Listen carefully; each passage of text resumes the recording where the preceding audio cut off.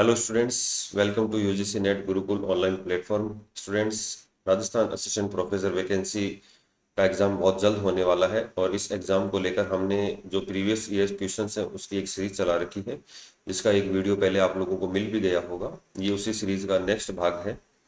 काफ़ी important questions होते हैं ये क्वेश्चंस, ताकि हमें पिछले पेपर्स का आइडिया लग जाता है कि वास्तव में किस लेवल का पेपर आता है। ऐसी जानकारियां यदि आप रेगुलर प्राप्त करना चाहते हैं तो एक बार हमारे चैनल को सब्सक्राइब कर लीजिए। यदि आप नेट की तैयारी कर रहे हैं तो ऑफिशियल ऐप है जेआरएफ अड्डा, आप हमारे उसको डाउनलोड कर सकते हैं। तो आइए वीडियो में अपन आगे बढ़ते हैं और जो नेक्स्ट क्वेश्चन है उसकी अपन चर्चा कर लेते हैं। क्वेश्चन है, राज्य वित्त आयोग के अध्यक्ष का आरोही कालक्रम के अनुसार सही विकल्प चुनना है। ठीक है, तो आरोही कालक्रम के अनुसार जो सही विकल्प है वो हीरालाल देवपुरा, माणिक चंद सुराणा और बीडी कल्ला। देखिए, मैं यहाँ पर एक चीज आपको बता दूं कि जो राज्य का वित्त आयोग है वो 5 वर्ष के लिए गठित किया जाता है। 5 वर्ष के लिए गठित किया जाता है और 5 वर्ष बाद फिर नया वित्त आयोग गठित होता है, जो राज्य और स्थानीय निकायों में धन के बंटवारे को लेकर अपनी सिफारिशें देता है। और लगभग इसकी जो सिफारिशें होती हैं वो मान भी ली जाती हैं। तो जो 5 वर्ष के लिए वित्त आयोग गठित होता है उसमें हीरालाल देवपुरा, माणिक चंद सुराणा और बीडी कल्ला इसके अध्यक्ष रहे हैं। नेक्स्ट क्वेश्चन की अपन बात करें, राजस्थान सूचना अधिकार अधिनियम 2005, तो इसको आरटीआई, राइट टू इंफॉर्मेशन, तो राइट टू इंफॉर्मेशन की गाइड के अनुसार निम्नलिखित में से कौन सा मूल उद्देश्य अधिनियम का नहीं है। तो देखो, मुख्य जो उद्देश्य था वो लोगों को सूचना प्रदान करना, कोई भी सरकारी निकाय है, निजी संस्थान है, उनके बारे में जो सूचनाएं हैं वो प्रदान करना था। तो नागरिकों को ये सशक्त बनाता है, जो सिस्टम में भ्रष्टाचार है इसको नियंत्रित करता है, और लोकतंत्र और विविधता की अभिवृद्धि। तो देखो, लोकतंत्र में पारदर्शिता लाना इसका उद्देश्य है, जवाबदेही लाना इसका उद्देश्य है, लेकिन लोकतंत्र में अभिवृद्धि करने का इसका कोई उद्देश्य नहीं है। तो इसका जो राइट आंसर है वो 3 नंबर इसका राइट आंसर हो जाएगा। ठीक है, तो जो ये 3 नंबर है ये इसका राइट आंसर हो जाएगा। नेक्स्ट क्वेश्चन की ओर बढ़ते हैं। नेक्स्ट जो क्वेश्चन है वो दे रखा है आपको सूची मिलान का। तो ये ऐसे क्वेश्चन भी आजकल काफी अच्छे आने लग गए हैं।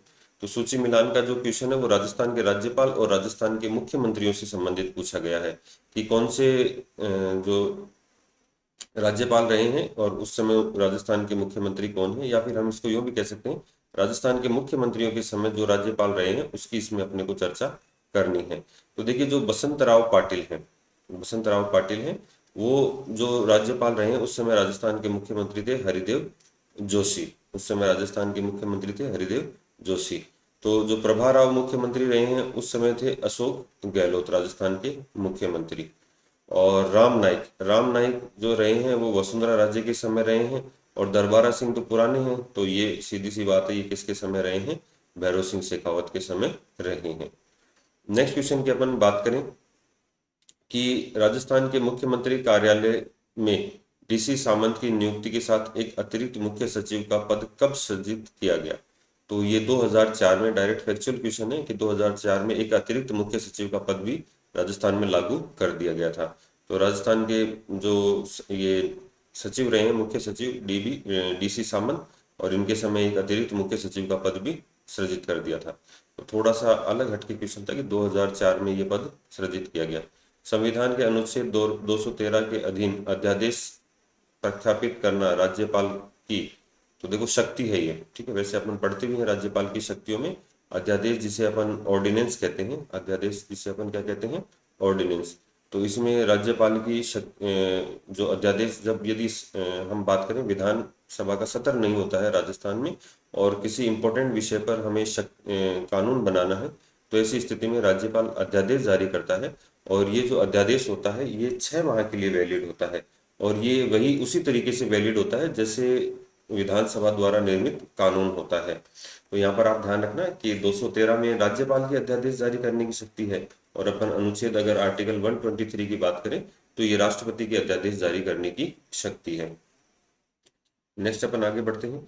भारत के संविधान की 12वीं अनुसूची के अनुच्छेद 243W के अनुसार नगर पालिकाओं का कौन सा विषय नहीं है। तो जो 12वीं अनुसूची है, दो अनुसूचियां जारी हुई थी, एक तो 11वीं और एक 12वीं। तो ये जो दो अनुसूचियां हैं, ये दोनों अनुसूचियां स्थानीय निकायों से संबंधित हैं। तो जो 11वीं अनुसूची है ये पंचायतों से, और 12वीं अनुसूची है नगरीय निकायों से संबंधित है। तो इसमें अलग अलग विषय दिए गए थे, जैसे 29 विषय दिए गए थे, 18 विषय दिए गए थे कि इनके ऊपर ये काम कर सकते हैं। तो यहाँ पर अपन बात करें कि 243W के अनुसार नगर पालिकाओं का कौन सा विषय नहीं है। तो एक तो जन्म मरण सांख्यिकी, यानी कि देखो आप लोगों ने देखा भी होगा कि यदि आपका जन्म होता है या आपके किसी घर में किसी का जन्म होता है तो उसका जन्म प्रमाण पत्र क्या तो पंचायतें बनाएंगी या फिर स्थानीय निकाय बनाएंगे। नेक्स्ट अपन बात करें सड़कें और पुल, अग्निशमन सेवाएं और बाजार और मेले। तो ये बाजार और मेले इसका जो है वो राइट आंसर हो जाएगा, ये काम इनका नहीं है। बाकी सब काम किसके द्वारा किए जाते हैं, स्थानीय निकायों द्वारा किए जाते हैं। राजस्थान उच्च न्यायालय का की जोधपुर प्रधान पीठ के क्षेत्राधिकार में कितनी जजशिप है, तो इसका जो राइट आंसर है ये 19 हो जाएगा। कितने जजशिप है, 19 हो जाएगा। ठीक है, टोटल वही 50, राजस्थान उच्च न्यायालय में टोटल 50 न्यायाधीश होते हैं। ठीक है, और इनके अधिकार क्षेत्र में 19 है, क्योंकि इसकी एक खंडपीठ जयपुर में भी स्थापित की गई है। नेक्स्ट अपन बात करें, नेक्स्ट कथन और कारण वाला क्वेश्चन है कि 1963 में राजस्थान प्रशासनिक सुधार समिति द्वारा सचिवालय के संबंध में दिए गए सुझावों के बारे में निम्न कथनों पर विचार करें और नीचे दिए गए कूट में से सही उत्तर का चयन कीजिए। तो इसमें जो दो ऑप्शन दे रखे हैं, ये सचिव के पद पर नियुक्ति 3 वर्ष से अधिक के लिए नहीं होनी चाहिए। तो देखिए ऐसा तो कोई नियम है ही नहीं राजस्थान में कि हो सकता है कि यदि जो मुख्य सचिव है वो मुख्यमंत्री इसके साथ उसकी अच्छी बनती है तो वो लंबे समय तक काम करता रहता है। ठीक है, तो ये अपन सिफारिशों की जो बात करें वो 1963 में राजस्थान प्रशासनिक सुधार समिति द्वारा, और सचिव के पद पर केवल योग्यता नियुक्ति का आधार होना चाहिए, न कि वरिष्ठता। तो अपन देखो राजस्थान में तो वरिष्ठता के आधार पर इसकी नियुक्ति करते हैं, न कि उसकी योग्यता के आधार पर। हालांकि देखो योग्य तो वैसे भी होता है, आईएएस रैंक का अधिकारी होता है। तो ये दोनों ही ऑप्शन क्या हो जाएंगे, गलत हो जाएंगे। नेक्स्ट अपन बात करें 59, भारतीय संविधान के किस अनुच्छेद में लोक सेवकों की पदोन्नति के लिए राज्य सरकार को राजस्थान लोक सेवा आयोग का परामर्श लेना आवश्यक है। तो देखिए अपन बात करें इसमें कि अनुच्छेद 320, अनुच्छेद 320 और इसका सब 3, ये क्या कहता है कि आपको राजस्थान लोक सेवा आयोग के जितने भी अधिकारी हैं इनको पदोन्नति, इनको प्रमोशन के लिए राजस्थान लोक सेवा आयोग का प्रमोशन लेना आवश्यक है। नेक्स्ट अपन बात करें निम्नलिखित में से सामाजिक लेखा परीक्षा जवाबदेही एवं पारदर्शिता सोसाइटी के शासी निकाय के अध्यक्ष होते हैं, तो ये मुख्य सचिव होता है। बिल्कुल ये मुख्य सचिव इसका राइट आंसर हो जाएगा कि सामाजिक लेखा समिति एक की पारदर्शिता और इसकी निकायों में, तो इसका जो राइट आंसर है वो मुख्य सचिव हो जाएगा। नेक्स्ट अपन बात करें 61, 2019 की पशुधन गणना के अनुसार देश का कितना पशुधन राजस्थान में है। तो इसका तो डायरेक्ट फैक्ट है, तो ये 10.60% है, ये राजस्थान में कुल पशुधन है पूरे भारत का। लाडो प्रोत्साहन योजना के अंतर्गत गरीब परिवारों को बालिका के जन्म पर कितने का सेविंग बॉन्ड दिया जाता है, तो ये 1 लाख रुपए का दिया जाता है। ठीक है, लाडो प्रोत्साहन योजना। निम्नलिखित में से कौन सी एजेंसी राजस्थान राज्य हाईवे विकास परियोजना सेकंड में वित्तीय सहायता प्रदान कर रही है। हालांकि देखो विश्व बैंक कई प्रकार के कार्य करता है, लेकिन अभी अपन जो इस क्वेश्चन के आधार में बात करेंगे वो हाईवे विकास परियोजना का जो सेकंड फेज है उसमें वित्तीय सहायता प्रदान कर रहा है। आप लोगों ने इससे पहले पढ़ा भी होगा, काफी झीलें वगैरह अरावली में वृक्षारोपण, तो ये काम विश्व बैंक के सहयोग से किए जा रहे हैं। नेक्स्ट अपन बात करें जुलाई 2004 के राजस्थान परिवर्तित बजट 2024-25 के अनुसार Amrit global technology and application centre की स्थापना प्रस्तावित है। तो ये जो स्थापना प्रस्तावित है ये जयपुर में प्रस्तावित है। नेक्स्ट ये उस समय करंट का क्वेश्चन था। वित्तीय वर्ष 2023-24 के दौरान राजस्थान के कुल निर्यात में हस्तशिल्प क्षेत्र का कितना योगदान है, तो ये 9.54% है। ये आंकड़े भी आपको देखकर भी जाने हैं, क्योंकि ट्रम्प की नीतियों के बाद इसमें परिवर्तन आएगा। हस्तशिल्प उद्योग राजस्थान का काफी अच्छा विकसित उद्योग है, जिसमें जैसे अपन बात करें रमकड़ा उद्योग है, ये जो गहने वगैरह बनाते हैं, सोने चांदी का वर्क है, आर्ट वर्क है, तो ये काफी प्रसिद्ध है, गलीचे हैं। नेक्स्ट अपन बात करें मुख्यमंत्री कोरोना सहायता योजना के बारे में निम्नलिखित में से कौन सा कथन सही है, तो ये उस समय करंट का क्वेश्चन था। मुख्यमंत्री कोरोना सहायता योजना जून 25 2021 से पूरे राज्य में संचालित है। योजना के तहत प्रत्येक अनाथ लड़के लड़कियों को तत्काल सहायता के रूप में 1 लाख रुपए की एक मुश्त सहायता दे है। 18 वर्ष की आयु तक प्रति माह 2500 रुपये दिए जाते हैं और सालाना 2000 रुपये दिए जाते हैं। तो ये उस समय का क्वेश्चन है और ये दोनों ए और बी दोनों ही आपके सही है। नेक्स्ट अपन बात करें कि राजस्थान के किस उद्देश्य के लिए वन स्टॉप शॉप की सुविधा की स्थापना की गई थी। तो देखो ये शॉप सीधी सी बात है, निर्यात संवर्धन के लिए एकल खिड़की निपटान व्यवस्था को सुदृढ़ करना था। ठीक है, ये जो इन्वेस्टमेंट था इसके लिए ये एकल खिड़की, ताकि एक जगह पर सारी सुविधाएं आपको मिल सकें। नेक्स्ट, राजस्थान के जुलाई 2024 के परिवर्तित बजट 2024-25 के अनुसार हरित विकास को बढ़ावा देने के लिए सीएनजी पीएनजी पर वेट की प्रचलित दर 14.5% से घटाकर कितना कर दिया गया है? 10% कर दिया गया था ये। ठीक है, ये उस समय करंट का है, ये 10% कर दिया गया था। नेक्स्ट अपन बात करें राजस्थान की कल्याणकारी योजनाओं संदर्भ में विचार कीजिए। महिलाओं को निजी डायग्नोस्टिक सेंटर पर निशुल्क सोनोग्राफी सुविधा देने हेतु माँ वाउचर योजना की शुरुआत हुई। बिल्कुल सही बात है, ये अभी आप लोग देखते भी होंगे राजस्थान सरकार द्वारा, जहाँ ग्रामीण क्षेत्र में ये ज़्यादा फेमस हुई क्योंकि वहाँ पर सोनोग्राफी की सुविधाएं नहीं मिल पाती हैं सरकारी हॉस्पिटलों में। तो वहाँ पर जो प्राइवेट में सोनोग्राफी कराने के लिए वाउचर दिया जाता है, जिसे माँ वाउचर योजना कहते हैं। योजनाओं के महिलाओं के आर्थिक सशक्तिकरण के लिए लखपति दीदी योजना भी प्रारंभ की गई है। तो ये दोनों ऑप्शन सही है, ये दोनों योजनाएं सही है एकदम। नेक्स्ट अपन चर्चा करें राजस्थान परिवर्तित बजट 2024-25 के अनुसार निम्नलिखित में से किस योजना के तहत राजस्थान के प्रत्येक जिले में आदर्श सौर ग्राम बनाया जाएगा। राजस्थान के प्रत्येक जिले में आदर्श सौर ग्राम बनाया जाएगा। तो देखो ये तो आप लोग वैसे भी जानते होंगे कि अभी पीएम सूर्य घर मुफ्त बिजली योजना चल रही है, जिसमें सरकार लगभग 70,000 प्लस यानी 75 से शायद 78,000 रुपये इसके लिए आपको सब्सिडी भी दे रही है अगर यदि आप सोलर लगवाते हैं तो इस योजना के तहत आदर्श ग्राम योजना बनाई जाएगी। पूरे गांव के अंदर क्या लगाए जाएंगे? सोलर सिस्टम लगाए जाएंगे।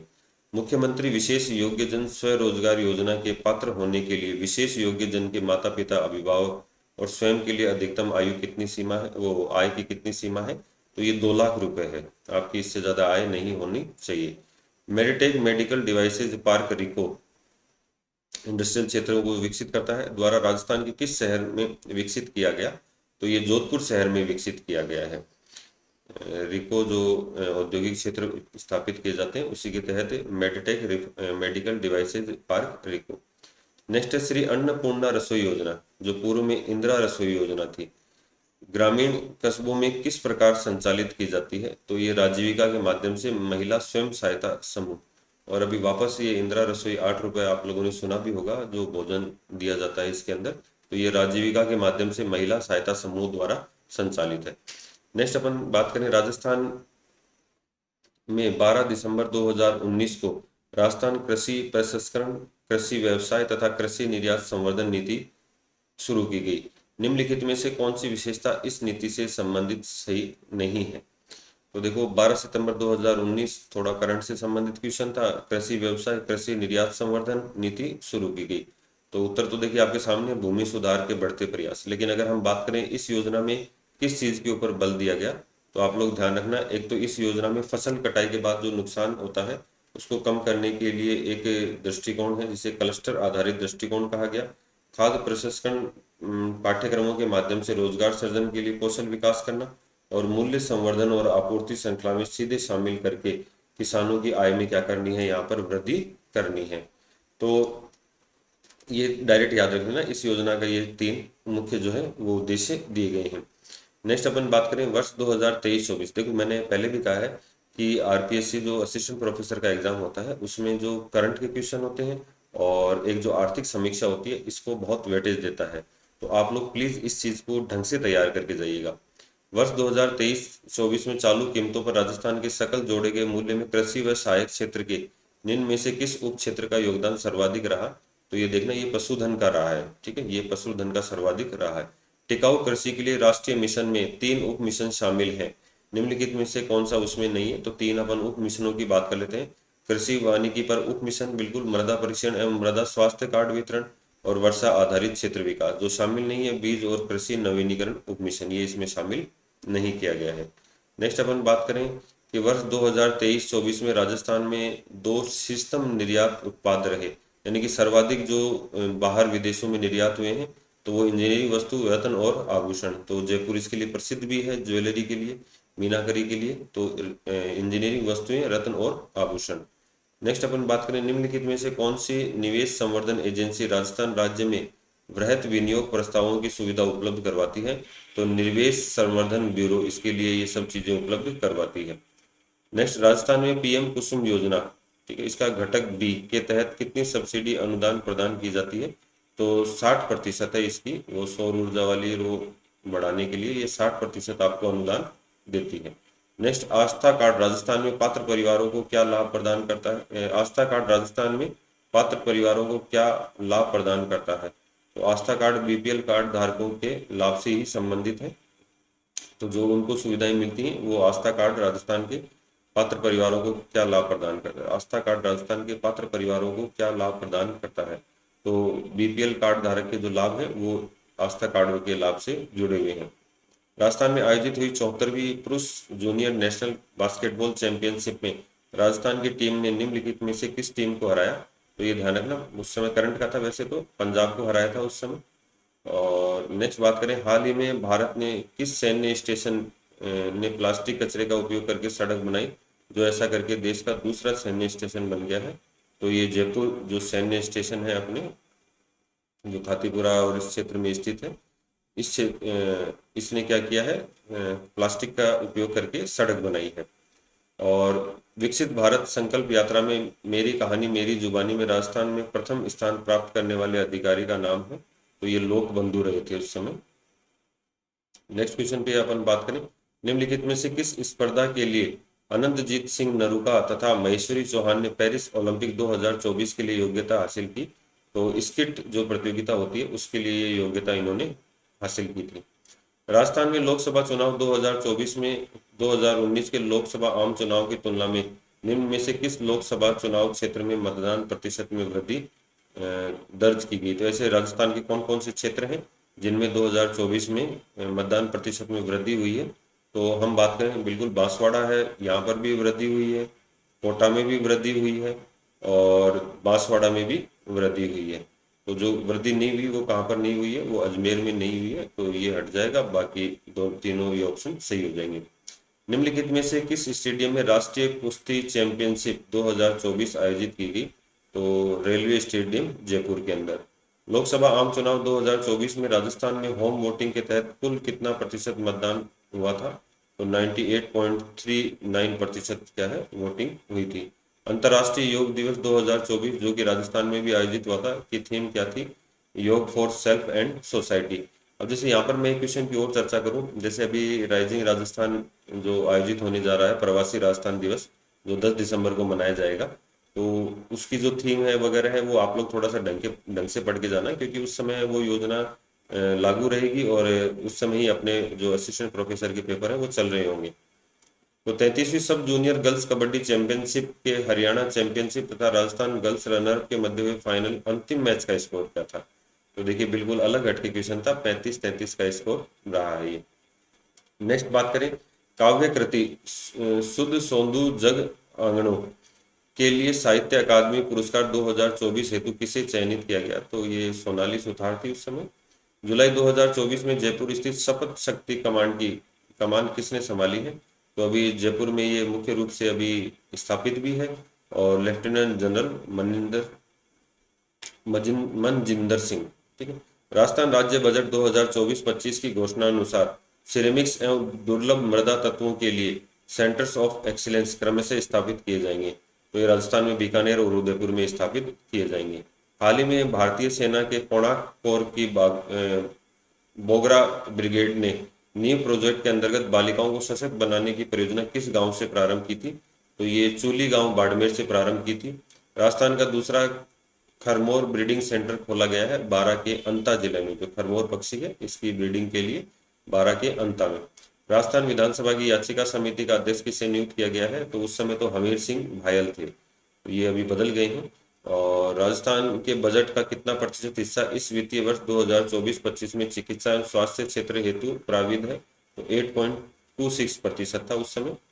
नेक्स्ट अपन बात करें, राजस्थान में प्रस्तावित एमएसएमई पॉलिसी 2024 के संबंध में निम्न कथनों पर विचार कीजिए।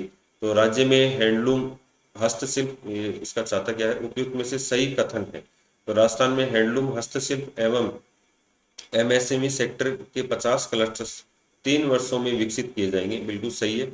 इस चरण में इस वर्ष 25 क्लस्टर के लिए 50 करोड़ रुपए व्यय किए जाएंगे। प्रत्येक जिले में एमएसएमई विकास एवं सुविधा केंद्रों को सूचना प्रौद्योगिकी सक्षम कर और उससे अधिक सुविधाजनक बनाया जाएगा। तो इसका जो राइट आंसर है वो केवल ए होगा कि जो राज्य में हैंडलूम, हस्तशिल्प एवं एमएसएमई सेक्टर के 50 क्लस्टर 3 वर्षों में विकसित किए जाएंगे। नेक्स्ट चलते हैं। हाल ही में राजस्थान के मुख्य सूचना आयुक्त एवं सूचना आयुक्तों की नियुक्ति की गई। निम्नलिखित में से कौन सा नाम इस नवीन नियुक्तियों में शामिल नहीं है? उस समय का जो करंट का क्वेश्चन था, इसमें मोहनलाल लाठर, टीकाराम शर्मा और सुरेश चंद्र गुप्ता शामिल थे। अशोक कुमार पारिक इसमें शामिल नहीं थे। और बात करें अपन इंडियन स्टोन मार्ट 2026 के बारे में, निम्नलिखित कथनों पर विचार कीजिए। और ये आप लोगों को अभी पढ़कर भी जाना है, क्योंकि ये अब 2026 से 2026 में प्रस्तावित, यह राजस्थान में आयोजित 5 फरवरी 2026 में प्रस्तावित है। यह इंडियन स्टोन मार्ट का 12वां संस्करण है। इसी को आयोजन के लिए हाल ही में सिडॉस एवं लघु उद्योग भारती के मध्य समझौता पत्र पर हस्ताक्षर हुए हैं। तो इसका जो राइट ऑप्शन हो जाएगा वो ए और सी है।